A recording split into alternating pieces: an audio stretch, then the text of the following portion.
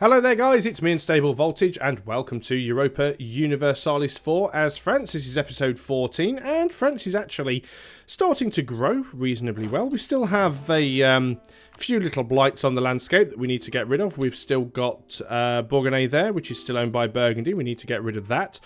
We also need to take Provence at some point, although I believe we probably still have a truce with them. Let's just double check. Yeah, we do still have a truce with them. They're allied with a few people, which is a little bit annoying, but not the end of the world. We have managed to integrate Foix and Armagnac, which is quite nice. We've still got Brittany over here, which has grown a little bit. Makes it a little bit more difficult for me to be able to offer them vassalization. In fact, though, things aren't as bad as they used to be. It is mainly just the tax base that's causing the problems here. If we grow a little bit and get a bit of a bigger tax base, we might be able to do it. What is their total tax base, actually? 3 plus 5 is 8, plus another 4 is 12. And another 5 is 17. That puts us on 23. Yeah. So they're on 29, which puts them over. I think the limit is 25. Anything over 25 base tax, you can't really vassalize, which is a bit of a pain. So we can go ahead now, and you should be part of this army. Let's go ahead and put a few of these artillery in with the armies, because it's always good to have some artillery around. We can take another... Oh, lots of people arriving where they should be. So what can we do? Manpower needs to recover. 10 army tradition for letting our manpower recover would be great. Papal control are not really bothered about. Not really bothered about that. What do we need it to get to? Get our manpower to at least 90%. That shouldn't take all that long.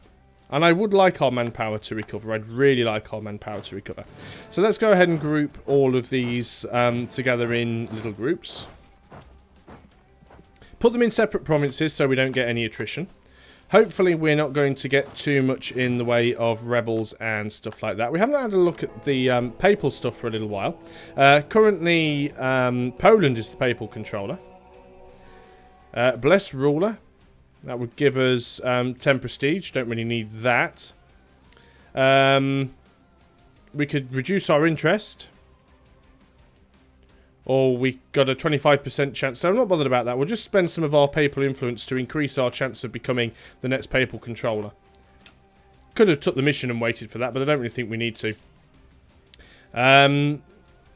64k. So that means if our total maximum is 64.5k, then 10% of that will be 6,400.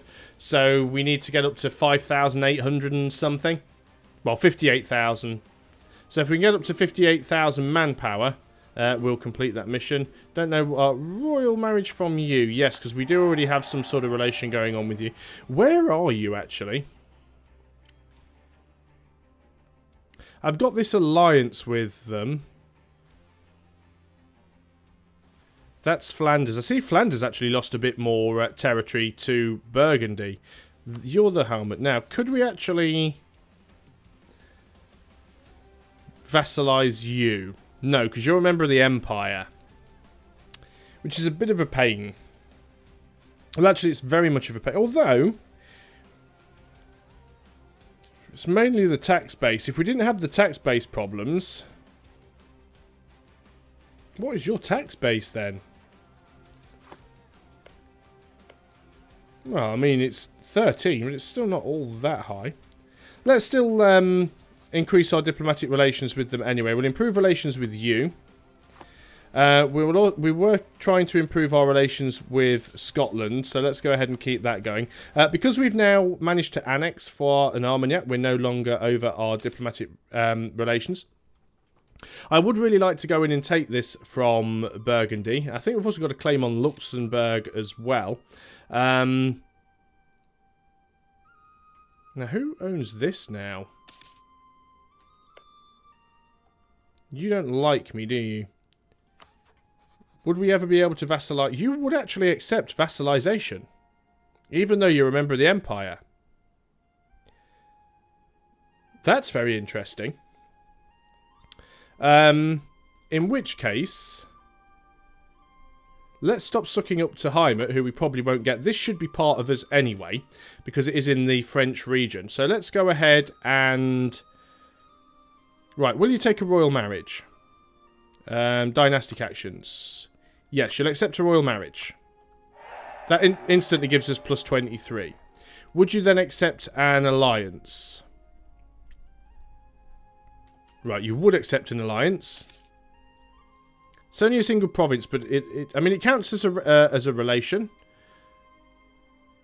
So we'll offer them an alliance. That puts us up to 73. And then what we'll do at this point is we will go and improve relations with you. Now, we can get up to 100 with improved relations, which will give us 173. And then later on, we will be able to give them a bribe or something, get them up to 190, and we'll be able to diplomatically vassalize them. Our royal marriage with Castile has ended. We need to get that going again. We are rather short on diplomats at the moment, though. Emperor has enacted a imperial reform. Good for him. Do need to get our friendship up with Castile at some point. So let's stop sucking up to Scotland for a little while. Yep, Scotland. Let's bring you home. Got another cardinal. Can't do anything here right now. We want to offer you a royal marriage. You should accept. Fantastic. Well, England is the papal controller this time around. We also want to go and improve relations. Oh, we've got a royal marriage offer from Brittany. Yep, let's keep that going. You take another idea. We want to improve relations with Castile. So let's go ahead and do that. Who is the king, or the line? Pierre de Dreux.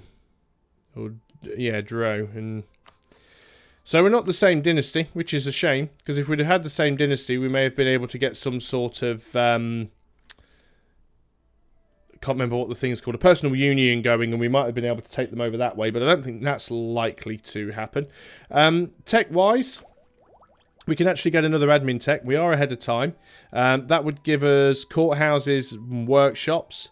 That would also, what would it do? Put us a level 8.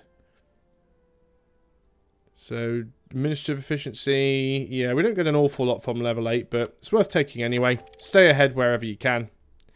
That allows us to enact something, so we can pass the Act of Uniformity, and that would give us extra missionary strength. There's absolutely no downside to doing it, and it lasts until the end of the game, so we'll take that. Or the Suffragan Bishop Act, which would give us a national tax modifier, so we'd get less money, but our stability costs would be 8% cheaper until the end of the game. It's always worth taking cheaper stability, because it's generally harder to earn admin points than it is to earn money, especially as France. Last time I played as France, I think at some point I was making like 1,000 ducats per month. It was absolutely ridiculous, and that was only by the 1600s, so it's definitely easy to make money. Look at that, lose 1 stability or gain 3 inflation. Thanks, game. Got a lot of admin power left. We have just taken a tech, so let's lose the stability. And then we can instantly go in and boost that back up. Only costs us 92. So that's not too bad at all. Can invest in a new idea. Do we at this point spend on getting our colonist? Probably. Let's start unlocking this, and then we can get to the point where we get ourselves a transport. And we can start going around and sort of finding some land, doing a bit of colonization. Question is, what do we want to do? Do we want to go down here and try and colonize parts of Africa, or do we want to go and try and colonize parts of the New World? I'd kind of like to do both, so we are going to have to consider that. Now, is the ocean down there discovered? To a degree. To a degree. So, what do we get first in terms of the idea, actually? We get, well, Quest for the New World will allow us to pick up a Conquistador or an Admiral, which you basically need to get. If you haven't messed around with colonization before, basically, when you get the second the second idea in exploration ideas. It's Quest for the New World, and that allows you to recruit either a conquistador or an admiral. Now, conquistadors and admirals are basically exactly the same as a conquistador is exactly the same as a general, and a explorer is exactly the same as an admiral. And there was a lot of sort of argument about which you should take, because some people say, well, if you need a general for fighting, always take a general, not a conquistador. But I know lots of people have spent many, many hours doing tests, and basically after doing like hundreds and hundreds of rolls, stats-wise, they're the same. So once you unlock conquistadors and once you unlock explorers, you might as well always pick them over generals and admirals. But what they allow you to do is they allow you to move into terra incognita. So if you want to move into, say I was in this province here and I wanted to move into this province, which is terra incognita, hasn't been discovered, I can't move into there unless I actually have a conquistador attached to that army. Same goes with navies. It's not technically terra incognita, because terra means earth. It'd be something like mari incognita or something. But again, you'd need an explorer on a ship or as part of a fleet in order to move into terra incognita. Discoveries do spread naturally. You do eventually get little pop-ups saying that news has spread of the discovery of blah, blah, blah, and extra little bits will pop up on the map. Has anyone actually got as far as the New World yet? Not really, although obviously some people have been out over here. You see Portugal has already staked a claim to this little bit of land. Now, you do have some limits on what you can colonise, because you do have a colonial range, and your colonial range increases with your diplomatic tech and with your sort of expansion and exploration ideas. And sometimes you have to leapfrog. So if I wanted to go all the way over to the United States, I probably wouldn't have the colonial range, but you might be able to go up here to Greenland, for example, and colonise Greenland, and then that would put me close enough to colonise something over here. But I don't do an awful lot of colonisation. I've done a little bit in the past. We'll see how it goes. Why are we losing so much money? It's probably our advisor's maintenance at this point. Why did we have a +2 advisor? Yeah, we've got you. Can we afford to keep you? Not really. So we'll kick him and we'll get cheaper land maintenance modifiers. I was trying to build up my military tech quite quickly, and in fact I do still want to do that. But at the same time we are, you know, sort of hemorrhaging money, and I don't want to end up taking out any more loans. Our inflation is already quite high. It is going down. I mean, we could spend some admin power. Probably not a terrible idea. Let's do it once just to give it a bit of a boost. And we have been called to arms. So Scotland has asked us to come into a war in the aid against England. We've guaranteed their independence. England is allied with Denmark, Munster, and Austria. Now, I'm very, very tempted not to get into this war. Now, I did say that staying friendly with Scotland is nice because it allows you to go to war with England later. And if it was a straight up war with England, I might be able to do it. If I go to war with England now, I'm going to have a lot of problems. First of all, England have a higher military tech. So do Austria. And Munster, who is up here somewhere, I think. Could never remember. I thought there were. Or is it Munster, not Moonster? It's Munster, isn't it? So it's this one here.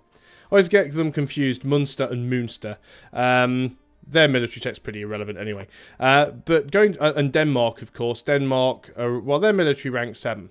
But I think that's going to be a very, very difficult fight for me to win. I'm actually going to decline that. Now, I'm going to lose a lot of prestige for doing that. And I lose my power projection, which is a bit of a shame.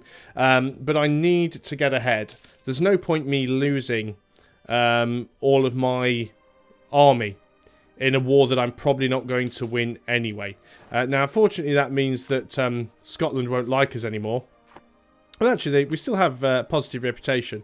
We're still actually guaranteeing them, even though we haven't come to their aid, which is a little bit strange. Maybe they'll break that alliance off. Well, it's not an alliance, but maybe they'll break that arrangement off after the war. And that's entirely possible. But I think it's a little bit silly for me to try and get involved in that right now. I would increase my force limit, I can still get another 8 regiments, but again, I am trying to do that mission where it wants me to rebuild my manpower, so I'm not going to do that for the time being. Naval units, though, I could still get another 6. I think I'm going to have at least a couple of transports, because we are going to need transports for doing our colonisation. So that means I can have another 5. So let's get another 5 light ships going. Well, we actually can't afford the 5 light ships. So let's get another 2 light ships going. And it'll all help bring in some money. What are we currently making at the moment? 6 ducats per turn. I mean, I'm not currently at war. And we're all fully reinforced. So, what have we got here? 5 prestige. Very nice. Always like free stuff. Free prestige. What I could do is I could go in and reduce the army maintenance a bit. Don't really need to keep it maxed when we're not at war. Just need to make sure that I react very quickly if we get declared on. Royal marriage with Brittany has ended. Should go in there and offer to redo that. Let's just stop sucking up to Castile for a moment so we can go and redo that. Where's the royal marriage? That should accept. They still wouldn't accept vassalization, I don't believe. Yes, and again, it's all because of that tax base. If it wasn't for that tax base, we wouldn't be having a problem there. Our reputation and relations with these guys are going up quite nicely, so we should be able to diplomatically vassalize those. And currently, they... Well, Burgundy's sucking up to them. But the good thing is, taking that means that we have literally... gain 10 prestige and lose a stability. Or lose 100 ducats. Gaining the prestige back would be nice. Losing stability is a pain, but we do have enough admin power to get that back if I click on the right tab. So let's get back up to +1. As I was saying, if we can take Bar over here, then we will completely surround Burgundy, their capital. So we'd be able to take that from them. Although I do have a claim on Luxembourg. Don't believe I have a claim on their capital, but that is the important one to take. I don't think, because obviously Luxembourg isn't part of the French region. No, it isn't. I mean, these 2 provinces are here. But ideally we want to take that. And that's Lorraine. We might have to suck up to Lorraine afterwards. Tech level. We can take a new military tech. We're still ahead of time. Let's go ahead and do that. So it doesn't give us anything new in terms of new unit types, but it does give us... in fact, what did it give us? I didn't even read it properly. Is that the next level? I think it just gives us some additional fire or additional shock, isn't it? Yeah, it gives us some additional shock. Don't really use fire at this point in the game. It's all about the shock. Don't use fire until a few tech levels later on. So manpower's not doing too bad. Although our manpower cap has gone up a little bit since we took that mission, it's still going to be well worth doing. England will probably end up taking some land from Scotland in this. Not too much of a problem. At some point we'll go to war with England anyway. The big problem with England, of course, is the fact that it's an island and means that we have to literally try and drop troops there in mass numbers. And we don't really have any transport, so it can be a little bit tricky doing that, but we'll see how things go. Burgundy's left the military coalition against us. Fantastic. It's not going to stop us from coming and stomping on you in the future. In fact, the only reason I haven't done it now is because I'm trying to recover my manpower. As you can see, we are getting these discoveries spread. So we are finding sort of new places without having to do the discovery ourselves. As you can see, some places like this here is considered wasteland.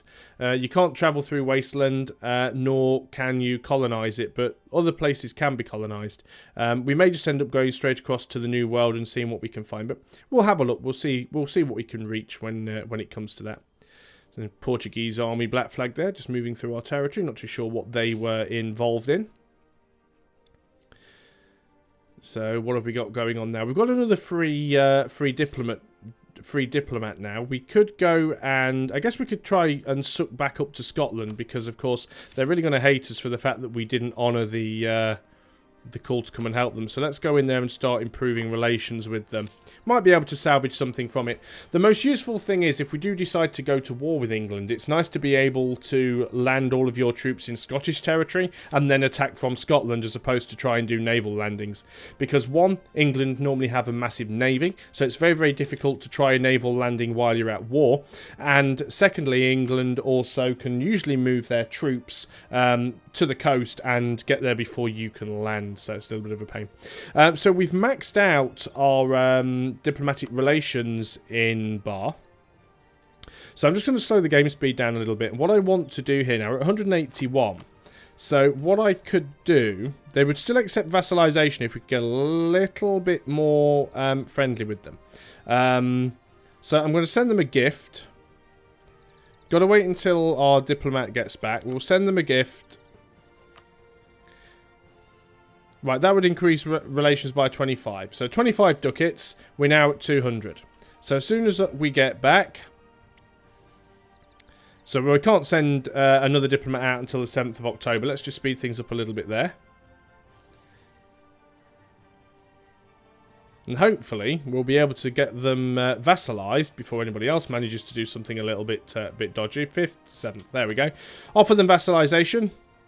And they have accepted. So this is now our vassal. And we're still not over our relation limit, which is nice. Lost our military advisor. That's a bit of a shame. Increased reinforced speed. Can't really afford a level 2 one as much as I'd like one. So we'll just carry on with the level 1 guy for now. Although saying that, we just be making a fair... oh, Bar broke their alliance with us. But aren't they our vassal? Yeah. So, it doesn't matter that they broke their alliance with us, because they're a vassal. So it makes absolutely no point at all. Ah, now they've changed their attitude. There we go. That was weird. But at least they are our vassal. Fantastic. And when we eventually integrate them, that completely cuts off Burgundy. Let's pick the speed back up a little bit. I still doubt we'll get vassalization here. We've still got the same tax-based problems going on. Now, what about our truce with Provence? That's ended now, isn't it? Or is it? That's Sweden, France. February 1469. So it's coming up, actually. It's only a month away. And you are currently allied with Hungary, Naples and Liege. But you're also in another war. You don't like us because of aggressive expansion. We would be able to vassalize Provence at this point. Oddly enough. It may be worth going over to Provence and actually trying to improve relations with them. In fact, let's royal marry them. They should accept that. Over our relations again at the moment. Not too bothered about that. So, not going to bother with the alliance too much at the moment. Let's come back from Scotland. Can't do anything else there now. So even if... Well, I mean, Scotland might get completely vassalised here. And if that's the case and Scotland disappears, then we won't have that extra relationship. Because we won't have that relationship with Scotland anymore. Also, that Hainaut, or however you pronounce it, we don't really need that relation there. And we're going to have to decide what we do about Brittany. We have a royal marriage and an alliance, but it's unlikely that we'll be able to diplo-vassalize them at the current rate, so we may well have to just go in and aggressively take them. So we can either have some free admin power or some free money. We're making money, so I think we're actually just going to go for the free admin power right now. That's our transport. You can stay there. We have a couple more ships now. Let's put you both in Poitou, so I know where you are. And you can group together and you can go home at war, protect trade. Now, 0.51. English Channel is still 4.38. Yep, so keep going to the English Channel. Friesland has the most power in the English Channel. Okay, and they will automatically group up. As you can see, we've got the two navies, the 18 and the 2. But when they meet each other out in the water, because at some point their paths will cross, they'll join up in the same bit of water. And there you go, they're formed up into a single navy of 20. So you don't have to manually group all of your trade fleets together now. If they're going to the same trade node, as soon as they bump into each other, they'll all form up and just create one big fleet, which is really, really nice if you do what I do. And as your naval force limit increases, you just pop out a few more ships and throw them at your the current fleet. So we could go ahead now and actually get ourselves an explorer. Not a bad idea. Gives us something to do while we're waiting for our manpower to recover. And we do have that transport that's not doing an awful lot at the moment. Or do we want to save up and get the next diplomatic idea? I mean, we are actually ahead of time still, which does give us some additional trade efficiency. So it's always worth being ahead of time gives you the following bonuses: trade efficiency. So it's always worth being ahead of time. And it would increase our colonial range. So I think what we'll do is we'll save up and we'll take naval ambitions. And then the next time we get enough Diplo points, that's when we'll go in and pick the explorers up. So we can actually go ahead right now and get that tech.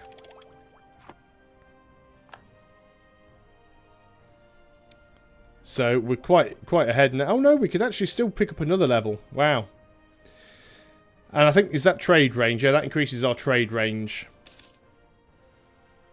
We'll have to see. Maybe next time I will just pick up the Explorer just so we can go out there and start exploring a little bit. Getting some positive reputation now with Provence, which is nice.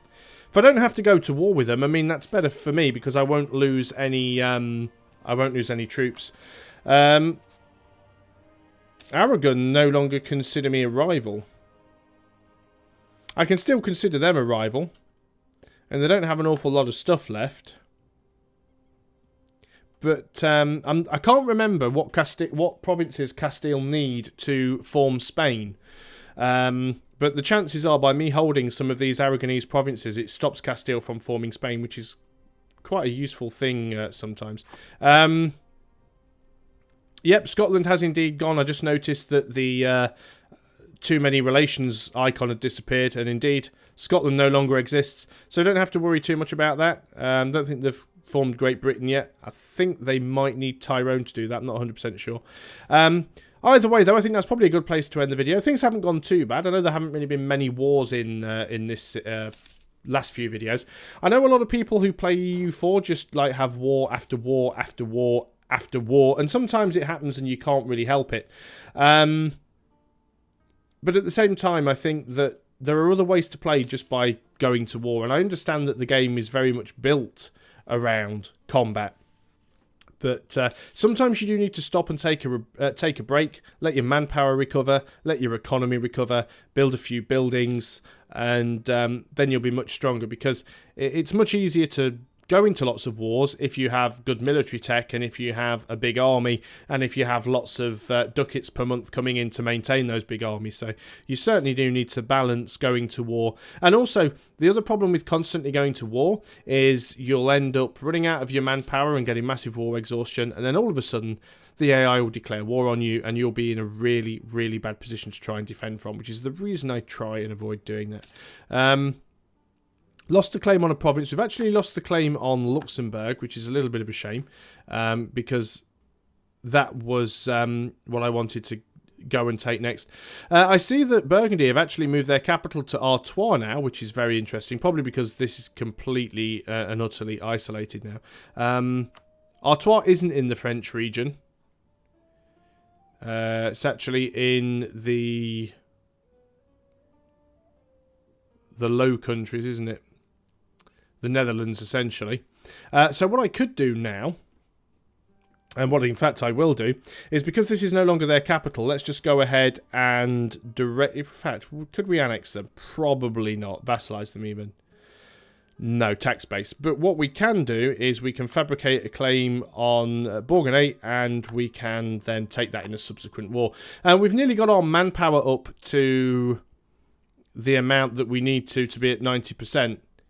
Won't be all that far away. We're gaining almost 600 each month. What did I say it would be? It's sort of 6,800 or 6,900 short of the cap. Wow. What's happened here? Did the king die already? Wow, that was a short-lived king. At least we get the good king now that actually has six admin. Unfortunately, the heir's a little bit crap. It's only a 1/4/1 heir, but never mind. Recall the diplomat from Provence. Royal marriage offer from Bar. Yes. Royal marriage offer from Castile. Yes. Diplomatic insult CB on Brittany, or everyone's opinion of me change. Having everyone's opinion of me change would be really, really nice at the moment.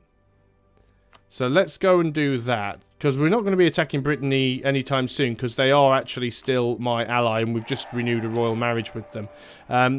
Do we have a royal marriage back with Provence again? No, we need to go ahead and do that. So we're up to 121 here. We've got maxed improved relations with them. We're allied to their rival, which doesn't help things. Claims, Cassius allies.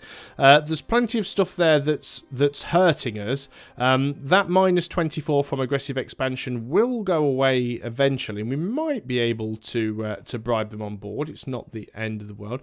What about you guys? I bet we still can't get vassalized with you. No, still only minus 14 though. Mainly because you're because of the tax base. If we could get a bigger tax base, we'd probably be okay there. But I was going to end this video, and I've rambled on a lot more than I intended to. We've got over the 30-minute mark now, so consider this as a bit of a bonus, extra long video. I'm tempted to keep rambling because I'm still waiting to get that 90% manpower, just so that this mission finishes. And I know I really shouldn't. I should just shut up and be able to get on with other things. It's going to take a little while. Lose 10 army tradition. That's really awful. In fact, we need to boost our stability back up, because we did take a drop on stability. Let's do that. Burgundy has declared war on Flanders. So this would be a really good time to go to war with Burgundy, because they're too busy fighting somebody else right now.